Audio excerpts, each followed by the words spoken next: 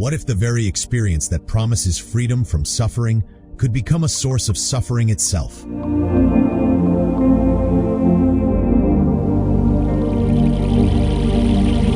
Across spiritual communities, ego death is often described as a profound awakening, a moment when the false self dissolves, revealing a deeper connection to consciousness, spirit, or the divine.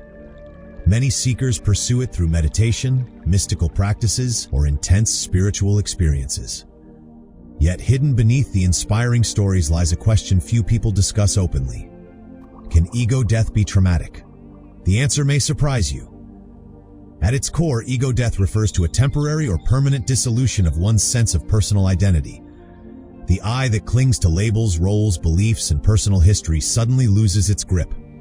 Spiritual teachers from many traditions have described this as a gateway to enlightenment. However, for some individuals, the process can feel less like liberation and more like psychological collapse. Why? Because the ego, despite its flaws, serves an important function. It helps organize our experiences and gives us a sense of stability in the world. When that structure dissolves too quickly, the mind may experience fear, confusion, and disorientation. Psychiatrist and consciousness researcher Stanislav Grof, known for his work on transpersonal psychology, documented numerous cases in which spiritual awakenings resembled psychological crises. Grof referred to these experiences as spiritual emergencies, periods when profound transformation overwhelms a person's ability to integrate what is happening. Rather than being signs of pathology, he argued, they can be stages of growth, but they often feel traumatic while they unfold. And here is where the conversation becomes even more intriguing.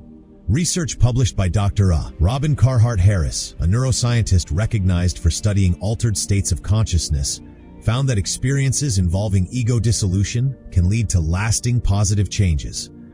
However, participants also reported intense fear and anxiety during the experience itself. The temporary loss of self-boundaries can be deeply unsettling, especially when individuals are unprepared for it.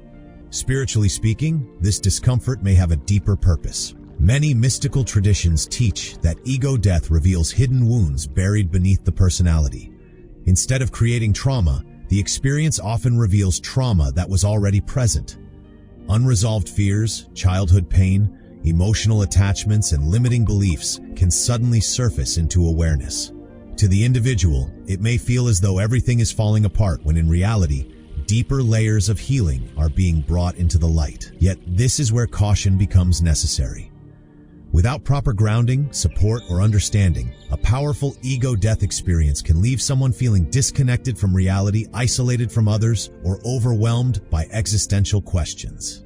Spiritual growth is not simply about transcending the self. It is also about integrating the experience into everyday life. The writings of Swiss psychiatrist Carl Jung offer valuable insight here. Jung warned that encounters with the unconscious can destabilize individuals who are not prepared to integrate what emerges. Transformation requires not only revelation but also integration. In some cases, the experience can certainly feel traumatic. The dissolution of identity can trigger fear, confusion, and emotional upheaval. Yet, from a spiritual perspective, ego death is often less about creating trauma and more about exposing what already exists beneath the surface. The true challenge is not the death of the ego itself, but learning how to navigate and integrate the profound transformation that follows. Sometimes the darkest part of awakening is not losing who you thought you were, it is discovering who you are beyond it.